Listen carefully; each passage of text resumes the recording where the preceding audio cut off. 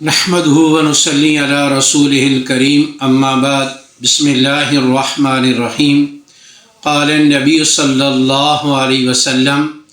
خيركم من تعلم القرآن وعلم۔ معزز سامعین و سامعات، آج کی گفتگو کا تعلق قرآن مجید کی تعلیم کے ساتھ ہے۔ قرآن مجید کی تعلیم اتنا اہم اور ضروری عنوان ہے کہ اللہ جل جلالہ کی ذات نے پہلی وحی میں پہلا حکم اپنے حبیب سے جو ارشاد فرمایا وہ قرآن مجید کی تلاوت کا تھا۔ اللہ جل جلالہ کی ذات نے غار حرا میں حضرت جبرائیل کو جب پہلی مرتبہ وحی دے کر رسول پاک صلی اللہ علیہ وسلم کے پاس بھیجا تو اس پہلی وحی کے پہلے الفاظ یہ تھے، اقرا، آپ پڑھیے۔ نبی کریم صلی اللہ علیہ وسلم نے فرمایا، ما انا بقاری، میں پڑھا ہوا نہیں ہوں۔ 2-3 مرتبہ اس چیز کا تکرار ہوا۔ اس کے بعد رسول پاک صلی اللہ علیہ وسلم نے ارشاد فرمایا، میں کیا پڑھوں؟ تو حضرت جبرائیل امین نے سب سے پہلے پڑھنے کے لیے قرآن مجید کے جس حصے کو پیش کیا وہ سورۃ فاتحہ تھی۔ قرآن مجید ابھی اترا نہیں تھا اور قرآن مجید ابھی اترنا باقی تھا، لیکن پڑھنے کا حکم اللہ رب العزت کی ذات نے پہلے ارشاد فرما دیا۔ دوسری گزارش،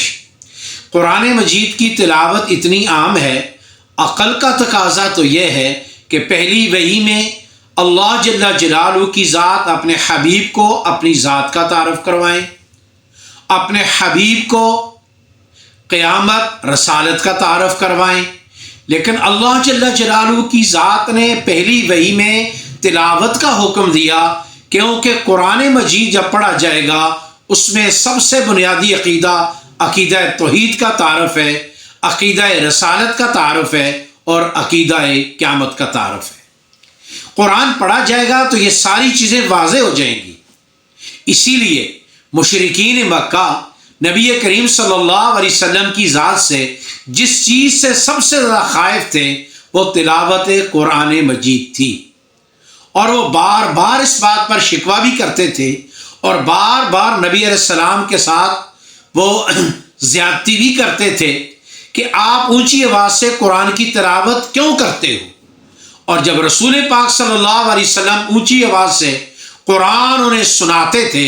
تو مکہ والوں نے اس کا حل یہ نکالا کہ جب رسول پاک صلی اللہ علیہ وسلم تلاوت کریں تو تم نبی علیہ السلام کی تلاوت کے دوران شور کرو تاکہ آپ علیہ السلام کی آواز لوگوں کے کانوں میں نہ پڑ سکے۔ تو قرآن مجید کی تلاوت اتنا اہم عنوان ہے۔ صحابہ کرام کی جماعت جو تمام کے تمام یعنی اکثریت ان کی عربی تھی، چند لوگ عجمی تھے، لیکن جو لوگ عجمی تھے وہ بھی عربی جانتے تھے اور اچھی طرح عربی جانتے تھے۔ تو اس کے باوجود جب قرآن اترنا شروع ہوا تو رسول پاک صلی اللہ علیہ وسلم نے مکہ اور مدینہ کے لوگوں کو جو عربی کے اعتبار سے بہت ہی زیادہ ماہر تھے، اس کے باوجود فرمایا کہ تم نے قرآن مجید 4 صحابہ سے سیکھنا ہے۔ پہلے عبداللہ ابن مسعود رضی اللہ تعالیٰ عنہ،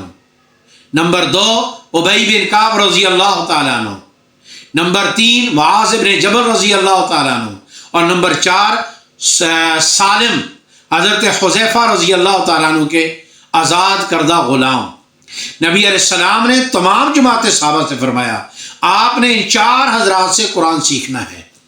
تو قرآن کا سیکھنا اتنا بڑا ضروری کام ہے کہ اللہ جل جلالہ کی ذات نے قرآن مجید میں جب پیغمبر کی ذمہ داریاں ہمیں بتائیں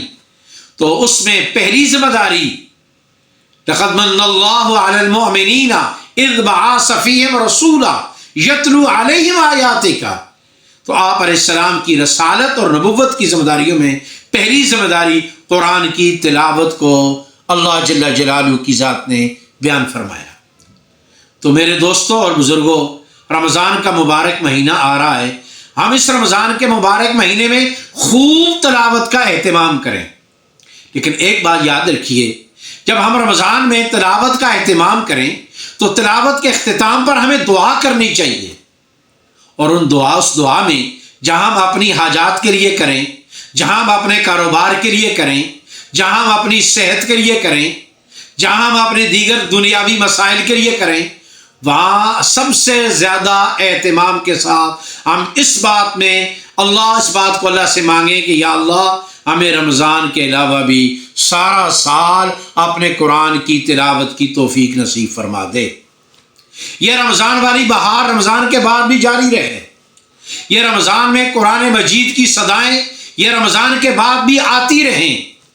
کیونکہ جب یہ صدائیں فضا میں ہوں گی تو یہ سب سے کائنات میں طاقتور ترین برکت کی صدائیں ہیں۔ پوری کائنات میں سب سے زیادہ اللہ کی رحمت کو کھینچنے والی، اللہ کی رحمت کو متوجہ کرنے والی صدا وہ قرآن کی تلاوت کی ہے۔ تو جب یہ صدائیں عام ہو جائیں گی تو خیر آئے گی تو شر چلا جائے گا،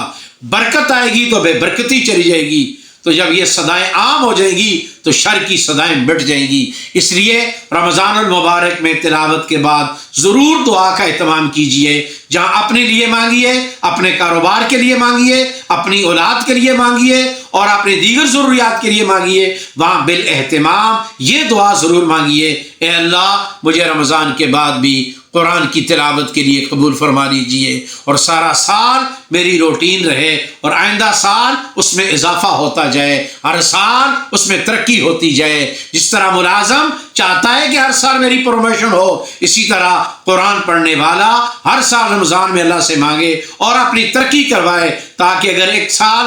سپارہ پڑھتا ہے تو اگلے سال 1.5 سپارہ پڑھنے والا بن جائے، اگلے سال 2 سپارے پڑھنے والے بن جائے، اور اگلے سال 3 سپارے پڑھنے والے بن جائے۔ یہ پروموشن بھی ہماری ہونی چاہیے، لیکن یہ ملے گی ہمیں دعاؤں کے صدقے۔ قرآن کی تلاوت کے بعد اس کا ضرور اہتمام کیجئے۔ اللہ جل جلالہ کی ذات آنے والا رمضان ہمیں عافیت کے ساتھ، خیر کے ساتھ اور سہولت کے ساتھ اور فرصت کے ساتھ رکھنے کی توفیق نصیب فرمائے۔ وآخر دعوانا ان الحمد للہ رب العالمین۔